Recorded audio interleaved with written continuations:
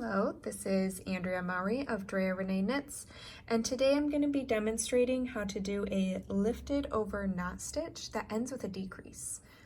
So I'm going to first show you continental style, which means I'm holding my working yarn in my left hand. Next up, I'll show you English style.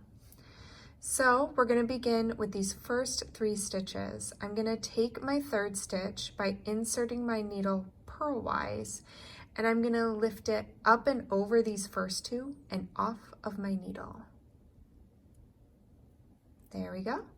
Now I need to knit 1 and yarn over, and here's where my decrease comes into play. So I'm actually just going to slip this next stitch onto my right hand needle purlwise. I will then knit a stitch and pass my slip stitch back over and off the needle for my decrease. And that's it. Let's try it one more time, English style, holding our working yarn in our right hand. I'm going to knit 1 stitch just to give a little barrier between our 2. All right, so again, we are working with 3 stitches.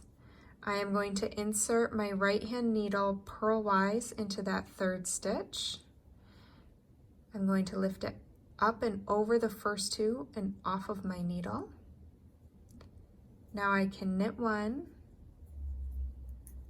yarn over by bringing my working yarn to the front, and now I'm going to slip this stitch purlwise, knit my next stitch, and then pass my slip stitch over and off. And that's it.